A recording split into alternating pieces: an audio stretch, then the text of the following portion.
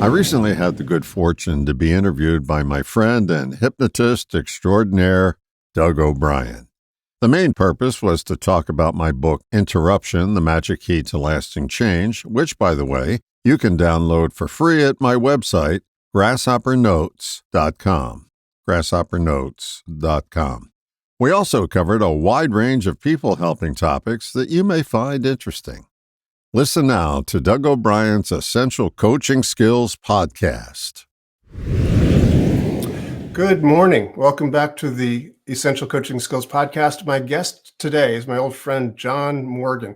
John Morgan, you might have recognized his name from Morgan in the Morning if you're old radio guys, or you might remember his name from John Morgan Seminars. He hired me a few years back to join his company where we traveled around the country doing seminars for weight loss and smoking cessation, hypnosis seminars for weight loss and smoking cessation. He's an amazing guy. I met him first when we were both studying with Dave Dobson. So this is kind of another episode of what I learned from Dave, except this time is what I learned from John. Possibly from Dave originally, but still. He has a book that's called Interruption, which is brilliant, and I want to talk to him all about it today. So that's what we're going to be doing in just a minute. Stay tuned. You are listening to the Essential Coaching Skills Podcast, a show devoted to uncovering the systems and the secrets that set the best apart, where you learn how to take your coaching clients to the next level, while you grow the coaching practice of your dreams. So sit back and relax, or sit up and get excited. Either way, you might want to pay attention. This could be important.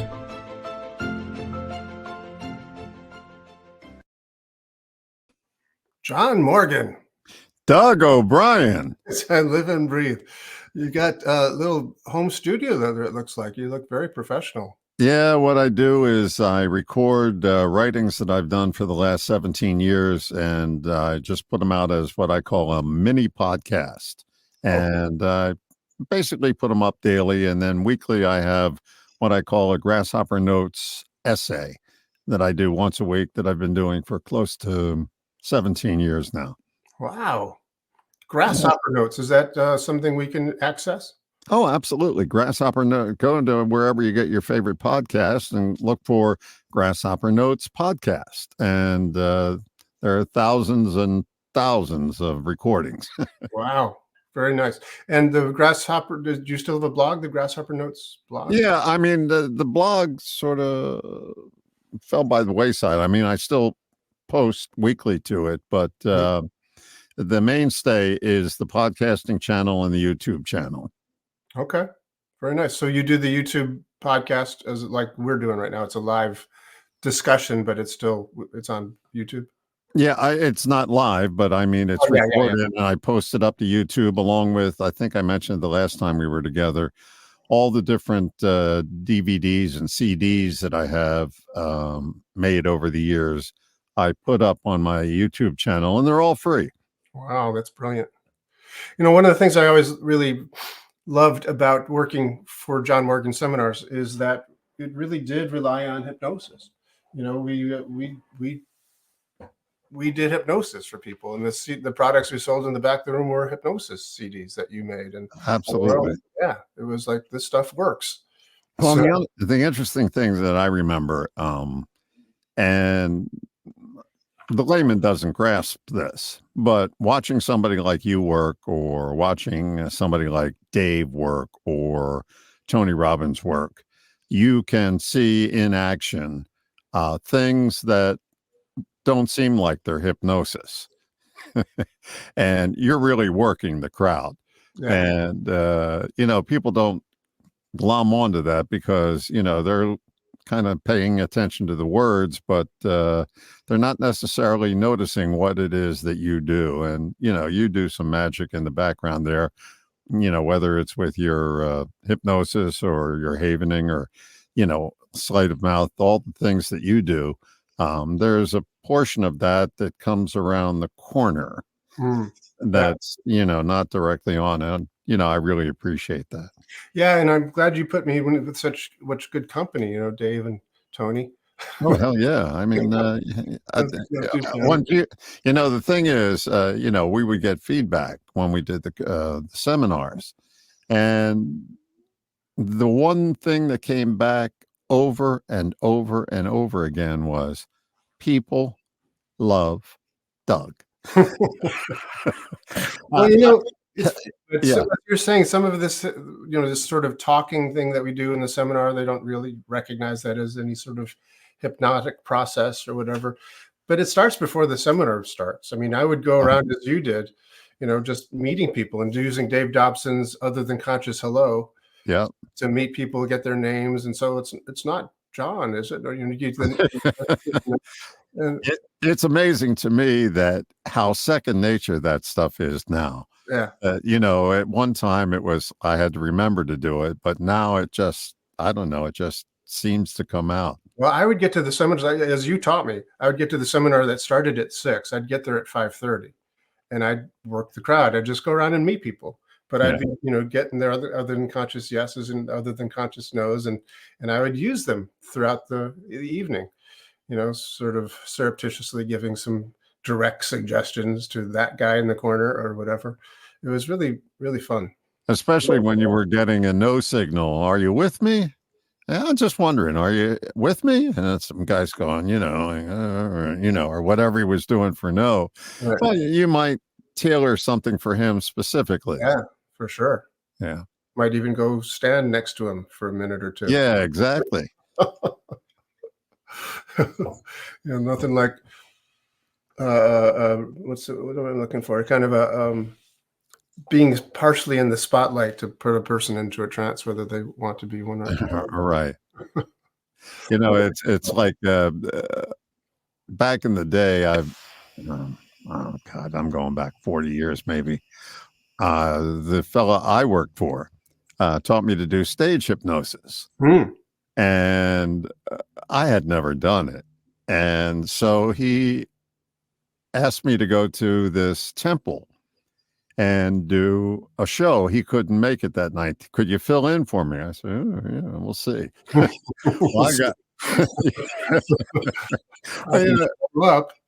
It's funny, when you're younger, you got a lot more confidence than you are when you're older. It's like being on the high dive when you're a kid. Oh, no big deal. You get up there now, you feel like you're going to get a nosebleed. But so I would go and I would do these things. And I mean, like, it was amazing to me that some people, how afraid they are.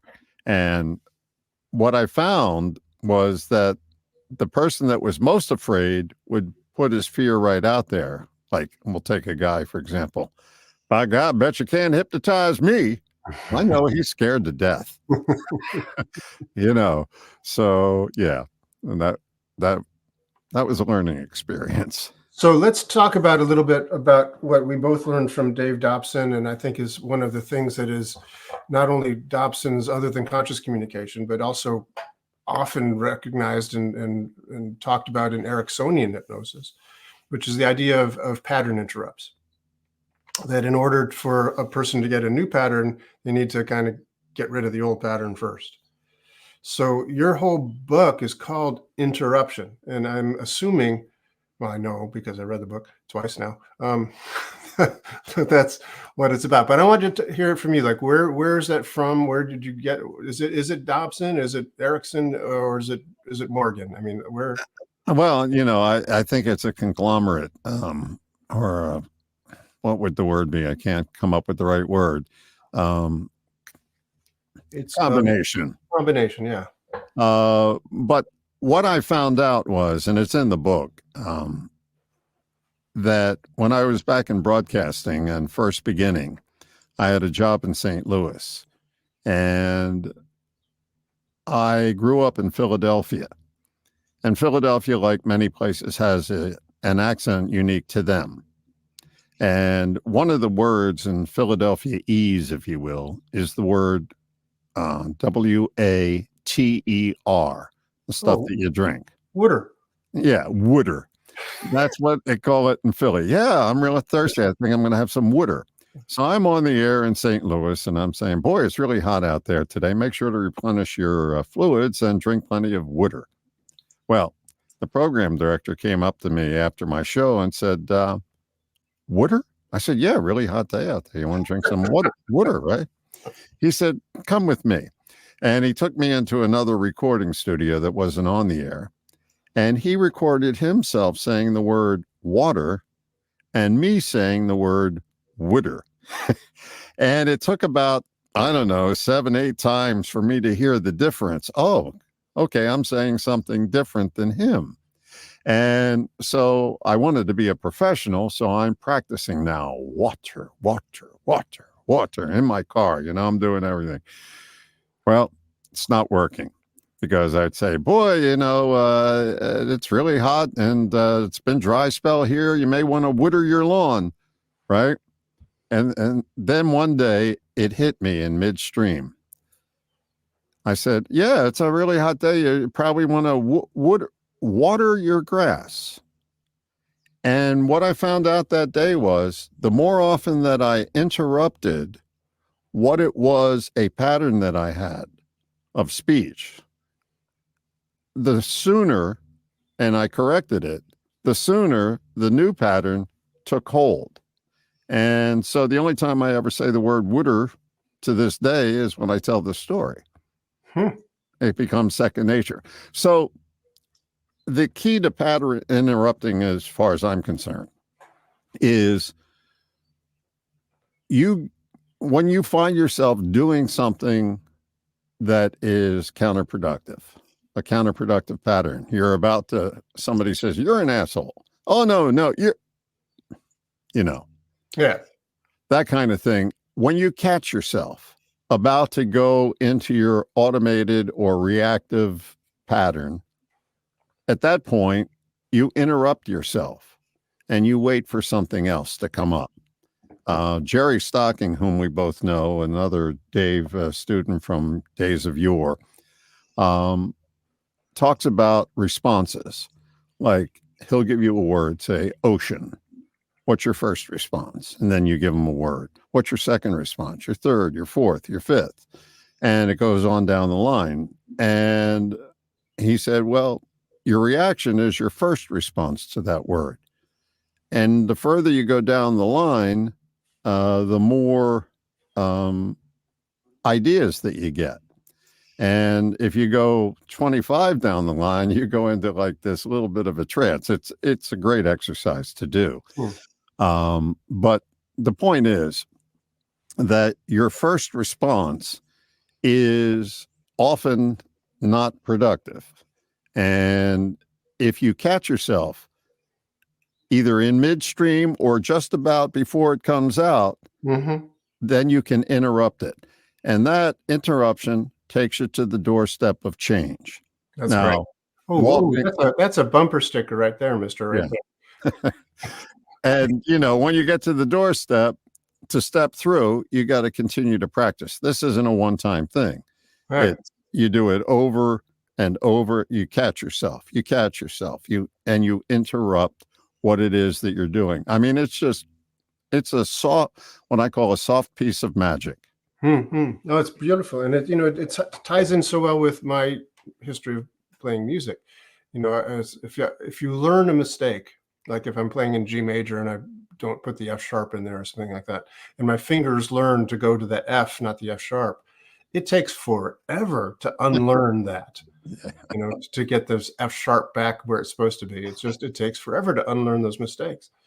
And it's also really interesting that, I think that the idea of interrupting a pattern is so often the thing that, people think it's like a click word, like automatic response, it just happens without thinking about it. But there is a moment, there is a second, there is a place where you could step into that little doorstep. You could stop if you have that awareness.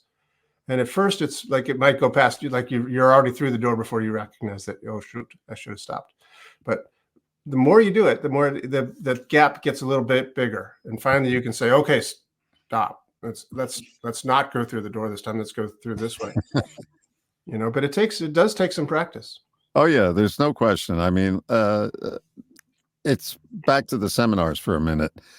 One of the things that people expect is instant change. Mhm. Maybe they got Sure. indoctrinated with like Tonyisms and stuff like that. Yeah. It's going to happen, and we're going to do it now. And Oh, just hypnosis. I got yelled at sometimes by people in the John Morgan seminars because we promised things on the radio. I said, we didn't ever promise what you just said we promised. We no, don't listen to those ads. We are very careful about what promises we make.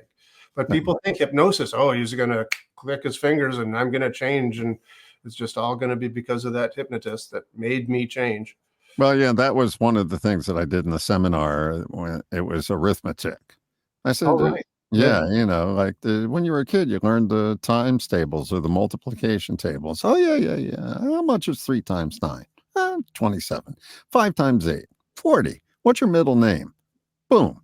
The answers were right there. Yeah. Okay. I said, okay, now let me extend it a little bit. How much is 12 times 11? And people go, yeah, like, no, no, no, no. I said, okay, well, 12 times 12 is 144. Of course, if I minus 11 from it, or is it minus 12? And I said, the answer is 132. I said, but, it doesn't come to you as quickly as 3 times 9, 4 Right. times 8, or your middle name. Right. I said, there's a reason for that. Because when you were a little, whatever your name was, they made you say them over and over and over again where it's second nature. Yeah. And I said, that's what has to happen with patterns. They have to become second nature, whether it's you shooting for the F sharp or whatever it is. Right. It's Right. got to be second nature. Otherwise, it's going to be stilted, Right. And in a way, that's a trance, isn't it? You're doing it without thinking. Right? Yes. It's just your other than conscious mind, as Dave would call it, or your unconscious mind, as maybe Erickson would call it. But you're not doing it consciously. You're not doing that 144 minus 12. No, no, no. You know, You yeah, boom, it's right there. 5 times 5, 25. Boom. Yeah. Mhm. Yeah. So how does the ordinary person tell me about why did you write this book? How can this really be applied to like the everyday person? Well, Because I'm assuming this book is not like for therapists, teaching therapists how to do this stuff. it could be. And I've had a number of therapists. It's not a book. Let me You just can get it. It's free. It's online, absolutely free. You're not going to get this book, but you'll get a PDF. And the person, I guess they don't understand the difference between stimulus and a response. Most people go stimulus, reaction. Mm, So there's a stimulus out there and we have a reaction to it, and that's conditioned.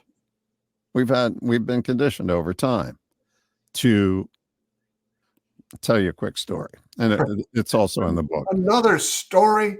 Gosh, I God, thought we were damn. going to be talking about hypnosis, not all these damn stories. So I'm up in Augusta, Maine. Oh God, I don't know, back in the '80s sometime, and I'm doing a seminar for a computer company. I think it was Stop Smoking or whatever, and I was talking about the difference between a reaction and a response.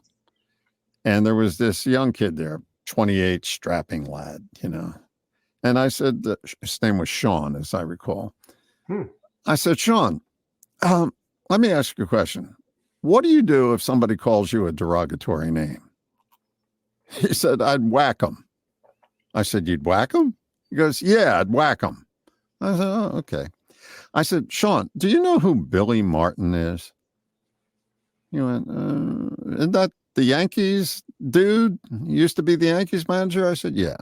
I said, do you have any guesses as to how old Billy is? He said, I don't know, late 50s. I said, good guess. He's 58.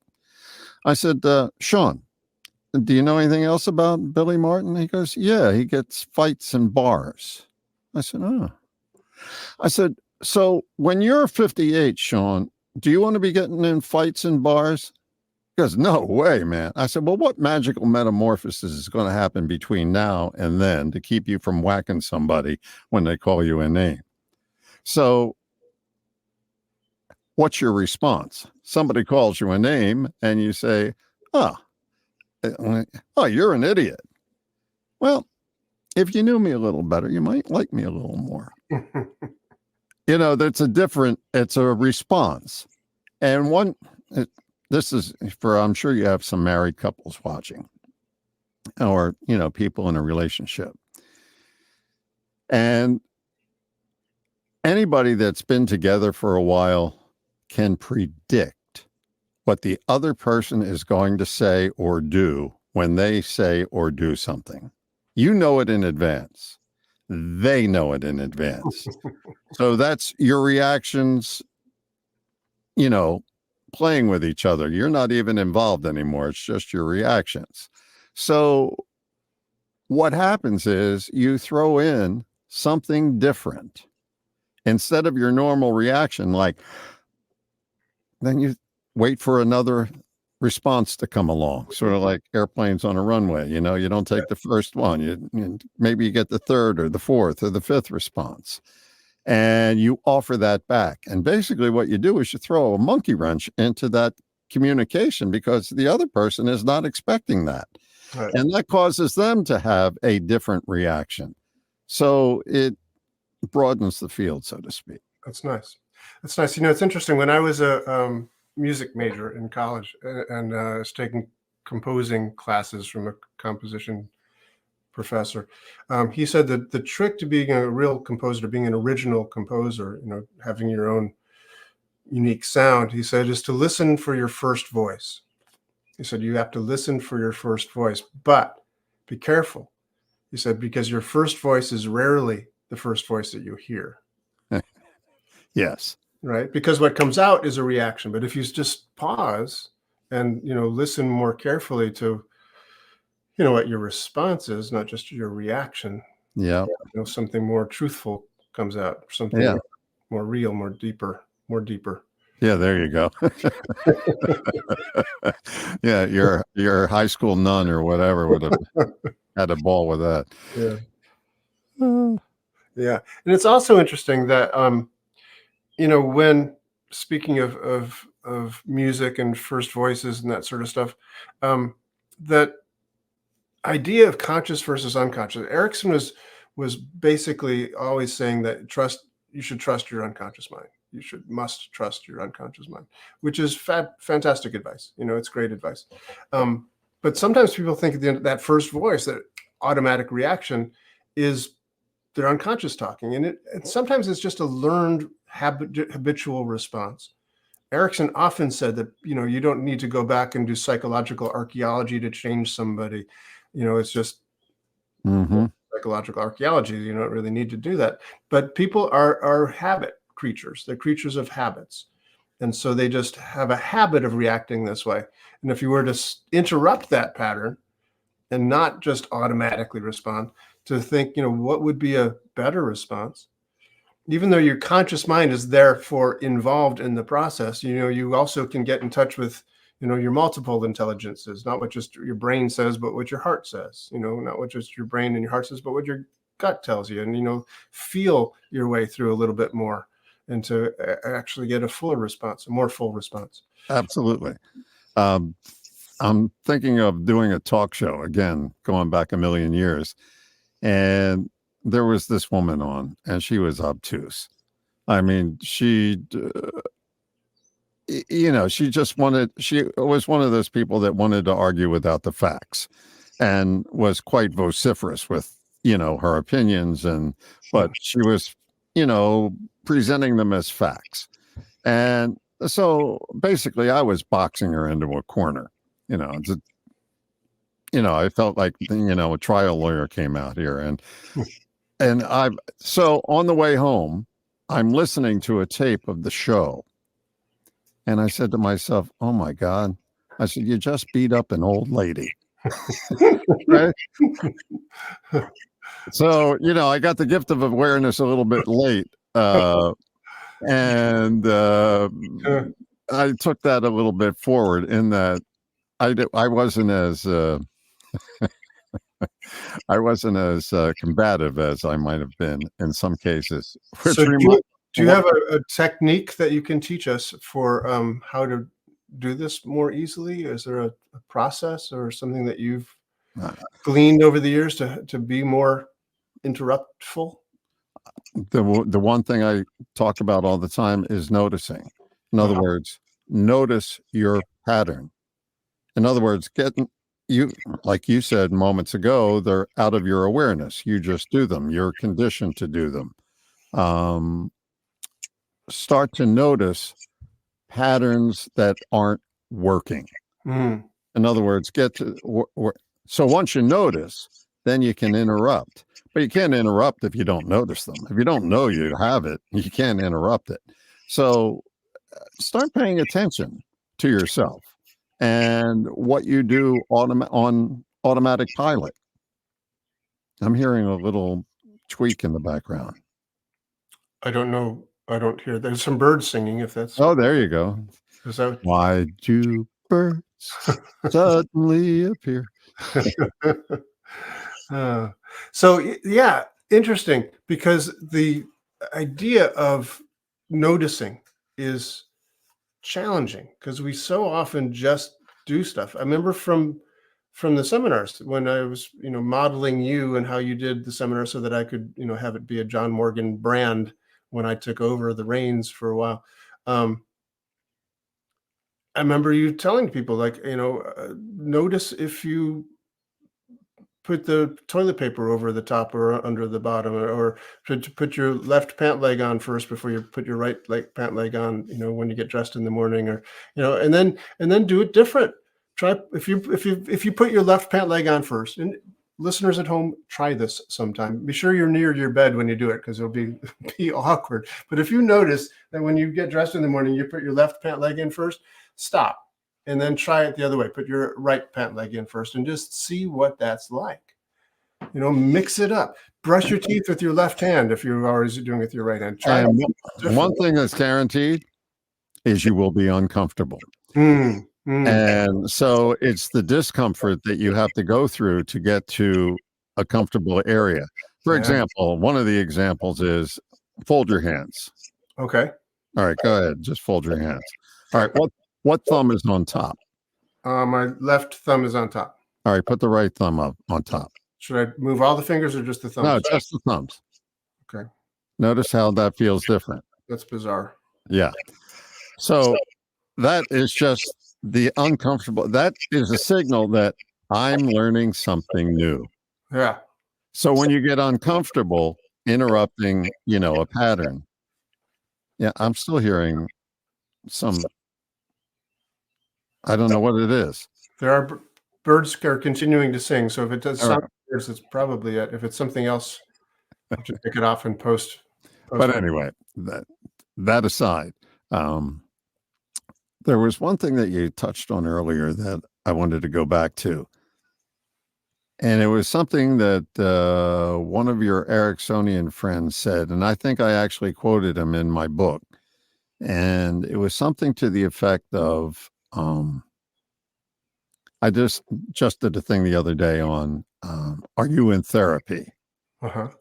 And by and large, I said, there are probably more people in therapy now than at any time in history, for whatever the reasons.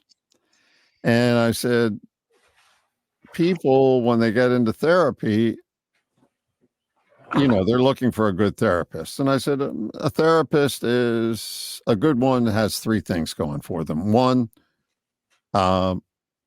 they've heard your story before. Maybe you're a different version of it, but they've heard it. The second thing is they have no emotional investment in your problem. So they're not going to get emotionally involved with, the same way you are. And thirdly, they have a track record of success. I said, but here's what I find with most therapy that I witness, and that is people wanting to know why I am the way I am. Okay.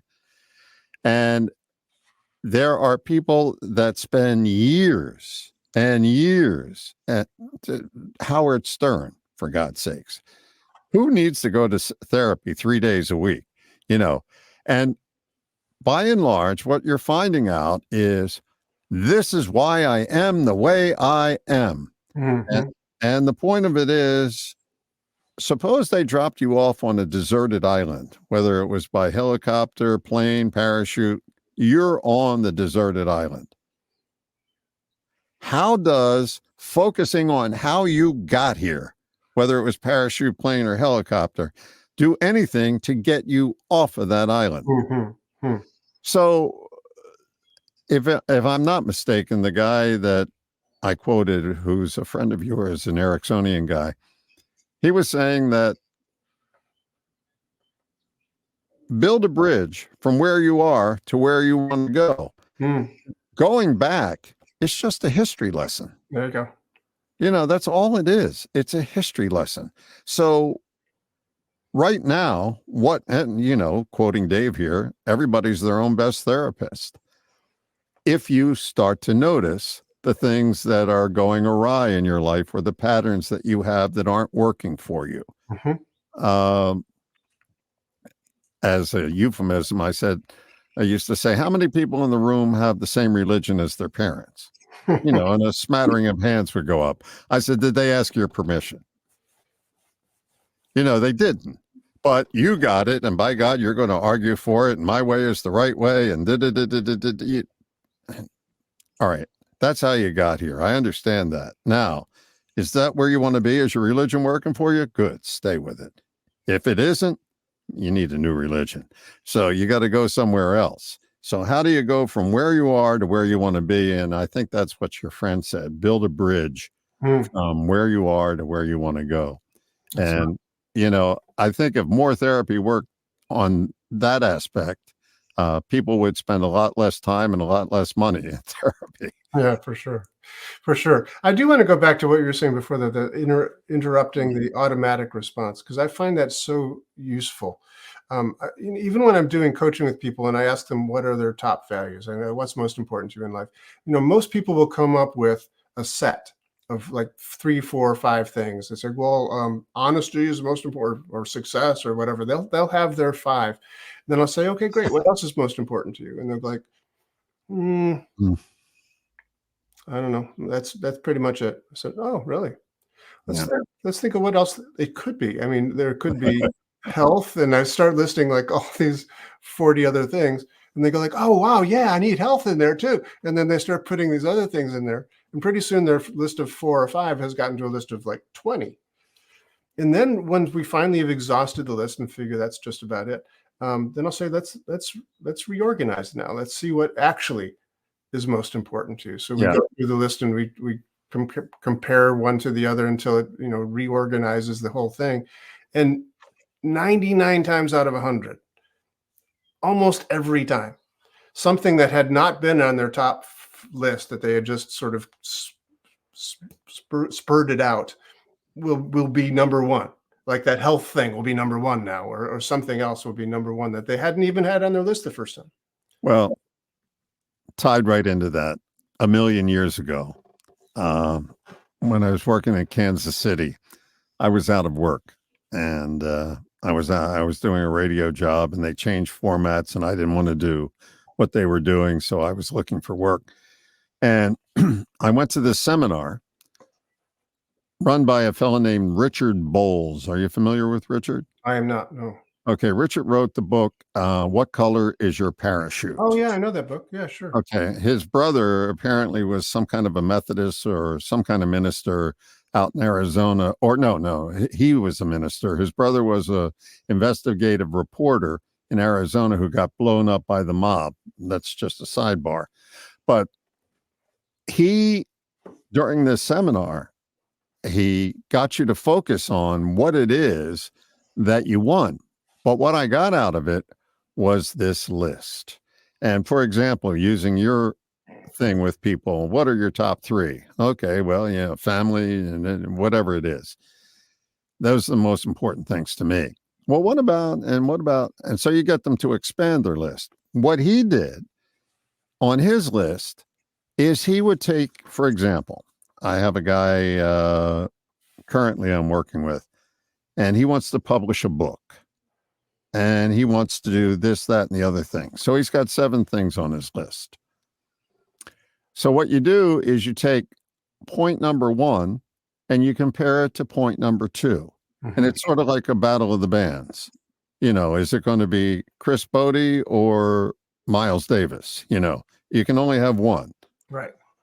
So if it's 1, okay, you put a check mark next to 1. Then you do 1 against 3, 1 against 4, 1 against 5, 1, so on and so forth. Then you come back to the beginning and you go 2 against 3, against 4, against 5, 3 against 4.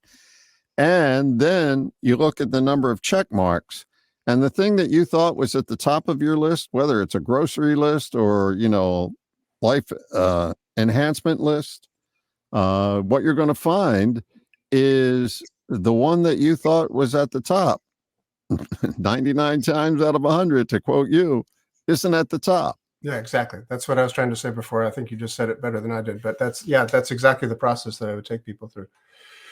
Yeah. So it's really important that we listen to our first voice, but remember that it's not necessarily the first voice that pops up, and to interrupt your own patterns by noticing if they're working or not.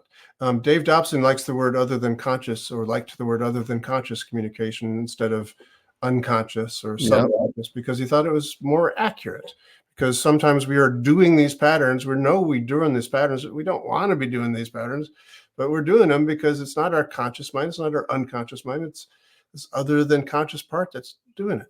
So we need to be able to change that. One of Dave's processes that I don't think I've heard anybody else use this term except Dave and you, is the subjective reversal. I love it. Can you describe what that is? What is the subjective reversal? Because I'm sure I people don't know. Mine would probably be a bastardized explanation, but here's what it is to me. Go for it. And we'll go back to our what we have in common here when we did the seminars for Stop Smoking. So I would say to people, whether in trance or not, when you go to the convenience store and you see racks and racks of cigarettes, that will trigger in your mind your desire to be smoke-free.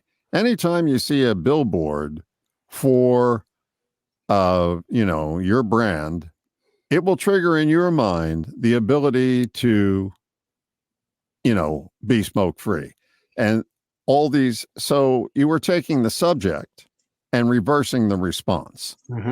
And that's the simplest I can explain it. I'm sure you have a more delicate explanation. No, that's great. That's perfect. No, because that is exactly right. What it means, the subjective reversal, is the things that used to trigger your response. So you take that trigger that created the response and you hook it up to some other response. So the trigger will still be there, but if I used to be, if I saw those shelves full of cigarettes, or used to be if I saw those commercials, I'd want to have a cigarette. I'd be like, yes, I love that. That's my, so that trigger responses would trigger a response of like, yes, I want the cigarettes. But we're now saying is that same trigger will trigger a different subjective response of saying, I want to be smoke-free. Well, the other thing that ties within that, and I think it might be in subjective reversal, I can't remember, but I remember it as a sidebar. And that is, so you rehearse yourself in some feelings, whether they're, let's say, confidence. You rehearse yourself in what confidence feels like. Okay. Now you go over to the thing that's upsetting to you, and you imagine that. Now you come back to confidence, and then you go back to the thing that's upsetting you, and you go back and forth quicker and quicker, and you make the transition quicker and quicker. Then all of a sudden they just seem to meld together, and then all of a sudden you have a different response. If I can rehearse myself in all right, I'll give you another example, and this one I stole from Jerry Stocking. Not another story. No, not a story. This is you asked for technique, so here you Okay, go. good. Go. So what Jerry would do is he would say, okay, pretend there's a line on the floor from 0 to 100.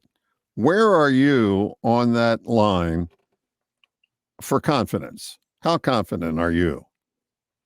So you would put yourself, let's say you were 60% or 70%. And then what he would do, he says, okay, so that's 70% confident. He said, if you can imagine that you're 70% confident, he said, can you make yourself 30% confident? So he would shift you and physically shift you down the line to 30%. And he said, is there a different feeling for that? And there is. And then you come back to, okay, let's go back to where you were, 70%. Now, if you can be 70% confident, can you be 85% confident? So you move yourself physically on that continuum from, up to 85, and you will notice a difference. And the point he makes is you made it up, all of it. You made up the 60%, you made up the 30%, you made up the 85%. But, you actually did it. And there was a corresponding feeling that went along with it, meaning that you can go different places. And I think that's, tied in somehow with subjective reversal. Nice. Yeah, it's really cool. So yeah, it's so interesting because the linkages, excuse me, of Ericksonian hypnosis to what Dobson did. The thing that you just described from Jerry Stocking is something I've used in an NLP class a dozen times. These things are all kind of coming from different places, different sources, but they're all good. They all work really well. In the world of NLP, Robert Dilts has often made the point that the neurology is not just the stuff between your ears. So when you change your body, if you walk down that line, from 60% to 85%, there's a physical difference. Your neurology is that space as well. Walking and moving forward is different than moving backwards, and it all affects us differently. And so we can create that, in a sense, physical metaphor, kind of like a spoken story or whatever, but it's a physical metaphor of walking across the room, changes things. And stories change things as well. And I'm curious about your story, John, because I think that you have perhaps a greater capacity for noticing than a lot of people. You notice patterns in people. You can tell if a person's lying from a mile away. I wish I could tell you I worked at it. I really do. Do you think that it comes from a story, or did you have like a bad childhood that caused you to realize, oh, you got to be careful with these people? So watch. No, I actually, all right. Two stories. My mother and my paternal grandmother. Okay. So I'll tell you about my paternal grandmother first.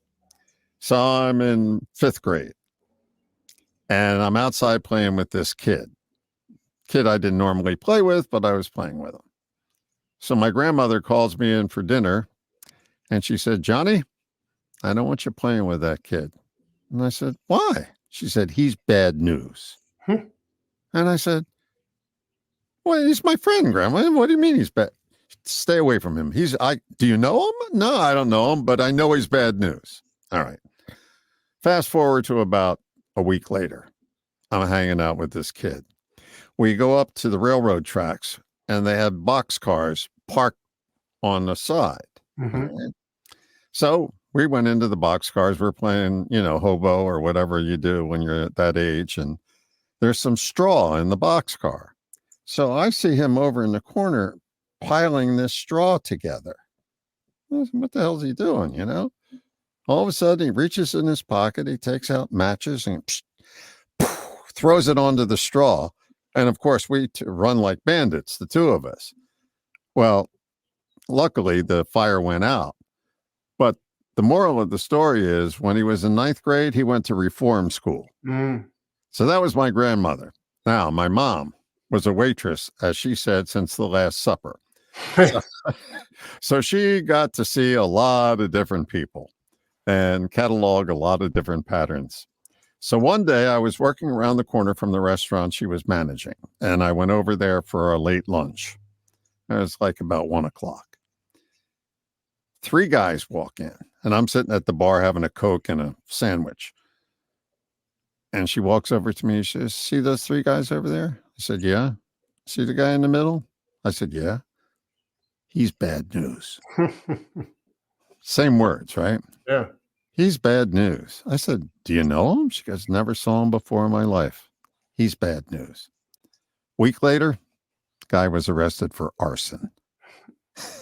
Setting straw on fire in a boxcar? Is that the same guy? Oh, well, the point is, this guy, he had a method.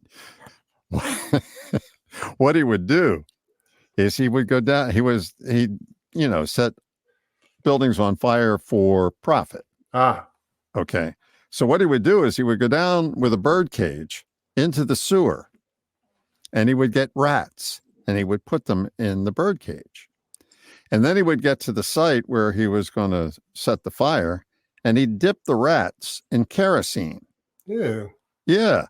And light them on fire, and they would run, and they'd run up the curtains, and the place is on fire. And of course, he would abscond with the bird cage.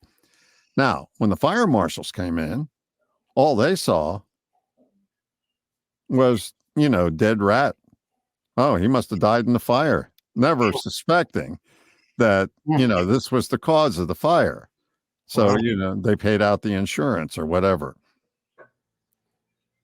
Wow. So, the Hope long nobody's story. listening that has hope nobody's listening that has, wow, that's a Yeah, great probably. technique. Oh, yeah, let's do Wow. that tonight. Wow. But Never the thought of that. I don't know what it is, but all right. So these people on dating sites, there's a thing, I don't know what it is, a swipe right or swipe left. One I of the honestly don't know. I'm okay. happy to So I'm with this guy, and he's on a dating site, and he's stopping and looking, and I'm going like, I mean, there's something coming at me from this picture that, Hmm. how do you know that? I said, I don't know, but I got a feeling or something. Okay. So you feel like you kind of picked it up from your mother, your Who paternal knows? grandmother? I don't know the answer to that. All I know is it's pretty darn accurate. Yeah. Well, certainly the way that Dave Dobson codified some of the ideas of noticing how people say yes and how people say no opened my eyes to the differences and the patterns of people. Even what I just did with my eyebrows is, is a unique thing to me. And that, yeah, exactly. If you wanted to get some rapport, do that other than conscious hello, you'd go like, oh, really? Oh, really? You do that, do you? Yeah. So you mirror back to people their patterns, and they say, "Oh, wow, this guy's just like me." Yeah, I mean, I was just talking with this guy the other day. I just met him online. And so I said, so you lack focus. And he goes, how'd you know that? And I said, I don't know. But something came through. It was, all right, I'll give you a real world example. Okay. Years ago, I may have told this story the last time, I'm not sure. I had occasion to be at Harvey Weinstein's house. Oh, Harvey and Corky. Back in the day. Well, yeah, and that's part of the story. Oh, sorry. Hope I didn't ruin the story. No, you didn't ruin it. Okay. You just added to it. So I'm working with somebody, but I'm at his house. Okay. All right. And so he's not there. He's off doing whatever he's doing. This is about 12, 13 years ago. Okay. And so we conclude whatever business we had, me and this person. And he walks in the room, and says, who's this? And the person says, oh, this is John Morgan, blah, blah, blah, blah, blah. Why didn't you use the British guy? You know, what's the guy over in Britain that helped Ellen stop smoking? Pretty famous dude. Paul McKenna. Yeah, Paul McKenna. You want? Yeah, she says, I just found him, and blah blah. Yeah, so I said, well, Harv. I said, Harv. Like I know him, right? Yeah. I said, Harv, you have no reason to remember this. I said, but we've already met once. We have? I said, yeah, back in Buffalo. I said, the guy that I worked with used to do your commercials. He goes, oh, yeah, Don Burns. I said, yeah, Don Burns and I, we worked the same radio station, right? And so now I'm starting. So now he sits down. He goes, oh, I've got this problem. I'm upset stomach all the time and this and that. My mother was a lousy cook and she didn't cook anything. We always ate pizza, and he's going on and on and on about this kind of thing. I said, well, Harv, I said, I'm guessing that you have access to, world-class nutritionists if you want to, right? Yeah, but I don't even like vegetables and that kind of stuff. I said, that doesn't seem to really be the problem. And he said, what? I said, your anger is the problem. And he went, what did you tell him? Turns out, we didn't say anything about you. And we didn't, right? I said, it's apparent to anybody that wants to pay attention that you're an angry person. I said, and I said, do you happen to know Mel Karmazin, whom I worked for, who was the head of CBS and Infinity Broadcasting? I had worked for him at one time. He says, yeah, he's a good friend. I said, well, both of you, and I'm sure you're familiar with the Enneagram. So I said, both of you are Enneagram 8s. And I said, Enneagram 8s use their anger to build things like empires. And I'm guessing that you have enough money for the next 7 generations of Weinsteins. He laughed. He said, yeah. I said, so you don't really have to build anything else. I said, but that's not the point. I said, the point is that you have anger inside of you. I said, you want to attribute it to something outside of you. And I said, then you add the word because. I'm angry because that son of and that I said, no. You have a feeling that you call anger in your body. I said, if you just sit with it, not talk to yourself about it, but just sit with the feeling, like Dave would tell us, would register somewhere along the midline from your throat all the way down to your bowels, right? I said, somewhere you're going to get a sensation that you call anger. I said, sit with it. Just sit with it. When you go off to a thought about whose fault it is, come on back and sit with it. I said, what happens is it metabolizes that anger. And I said, it dissipates. Well, I didn't know he was a sexual predator at the time, but, apparently he didn't take me up on my suggestion. Wow. So you were there to help him quit smoking? No. Oh. I wasn't there to help him at all. Oh, okay. So when they said, why didn't you get the Paul McKenna guy? They weren't talking about so that you could help him quit smoking like Paul McKenna helped. No, he was talking to the person I was helping, whom I will leave unnamed. I see. Okay. Got it. So just for the record, I said Harvey and Corky because back in my early youth, back in Buffalo. Him and his brother, right? Yeah. I believe it. I'm sure it's his brother, right? Corky? It was. They put on concerts. They put on many of the first concerts that I ever attended. Yes. Were productions of Harvey and Corky Productions in Buffalo. So that was way before any of this, other stuff happened. But probably still had a lot of anger issues, I would guess, in those days as well. Anyway, so that's why I said what I said. But that's a really interesting story. I'm going to have to notice the clock here soon. And I know we've been on this for about 54 minutes, and I don't want to take too much of your time. I'm sitting here admiring your haircut. So, Oh, thank you. Yes, I was. Thank you, John. I got a haircut this morning, and up until now, John was the only one who knew. Just, you wear it well. thank you. I'm glad I still need to cut it. Yeah. Anyway, you're the Dorian Gray of self-help. Yeah. Yeah. Doug never ages. Yeah. Okay. Let's just stop there. And but John. Yes. Morgan, so why do you call it Grasshopper Notes? What is this? Oh, I'm glad you asked. Okay. So back in the day when we were doing the seminars, we would be on 4 to 6 airplanes a week, 600 to 800 miles from venue to venue in a car or a truck or a van or whatever. So on the airplanes, I would take little eyes closed exercises, like let the world go away. And all of a sudden I would get a thought pop into my head, just a random thought. So I had a little journal and I would write it down. And so during the course of a week, I might get 7, 8 of these thoughts. So I'm home that weekend. It's a Friday night. I'm sitting in my lazy boy.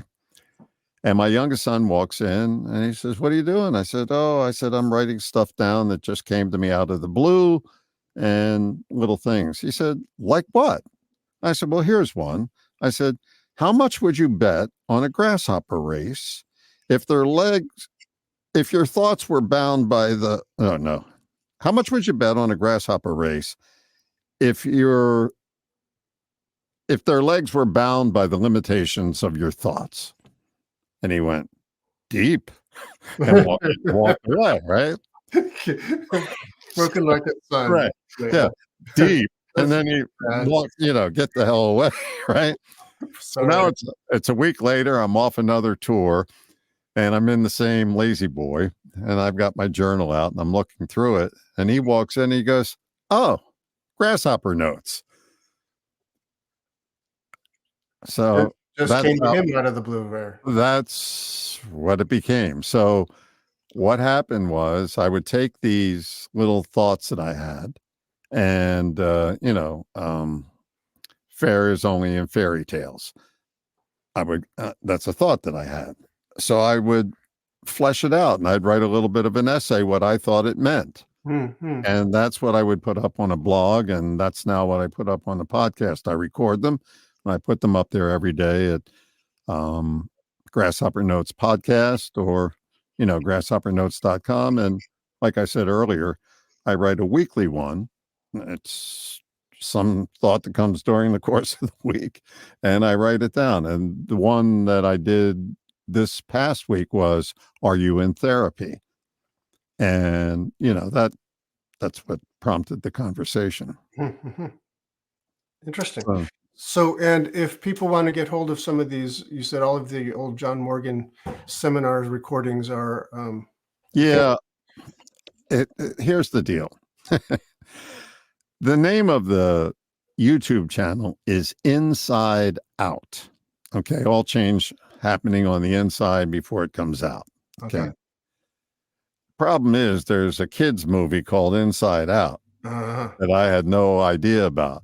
So I'm about 27 deep when you go to Inside Out. So if you search Inside Out on YouTube, John Morgan, then it may come up. Okay, but if people wanted to get hold of your quit smoking CD that used that's where they'll find them. Oh, that's where they'll find them on a YouTube channel? Yeah, find them on the YouTube channel. Okay, so Inside Out YouTube. Yeah, John Morgan, Inside Out. You'll find it. They'll be there. It'll stop smoking, weight loss, stress management. I can find a link. I'll put it in the program notes. Yeah, maybe I can find one for you. I'm embarrassed to admit that I don't know the link. But if they want to hear the podcasts, they can go to Grasshopper Notes podcast. And it is a wonderful thing that you put all those things out there for free because they're excellent. And this book is excellent. This interruption book. Well, I'm glad you liked it. I mean, basically, I don't know how to write. So this is really a collection of essays that I put together that sort of come to the same theme from a different angle. It's sort of like the thing I learned from you about a circle having 360 degrees, and back to doing exercises. Here you are at 5 degrees. What would it be like if you were over at 10 degrees? If you move them to that point on the circle, you have a different vantage point. So this comes at interruption from a whole group of angles, and a lot of Dave Dobson stuff in here, and that kind of stuff. Right. And you're mentioned in there. I noticed that. Yes. Doug O'Brien, I think if I remember the quote exactly, Doug O'Brien, who is a hypnotist who once was interviewing Bill O'Hanlon, and Bill O'Hanlon said, yeah, that was it. Bill O'Hanlon. That's the guy. Well, that's the guy you were trying to think of before? Yeah, I couldn't come up with his name. I knew he was an Ericksonian guy, right? Yeah, he was definitely an Ericksonian guy. Yeah, he wrote a book called Taproots, which I also... Yeah, I've read that. It's a great book. Great book. Great book. He's written 40 books, but... good for him. Yeah, but that's one of the Ericksonian ones that I laugh a lot. So anyway, thank you for being here, John Morgan. Always a pleasure, Doug. Love talking to you. Love seeing you. You're a joy. Thank you. Right back at you. See you real soon. So long. This has been the Essential Coaching Skills Podcast. Thank you for being here. It's a pleasure seeing you again. Hope to see you again real soon. Come back next week when we have another gripping and exciting episode of the Essential Coaching Skills Podcast. And if you want to, you can find out more about us, each and every one of us, at essentialcoachingskills.com. Thanks.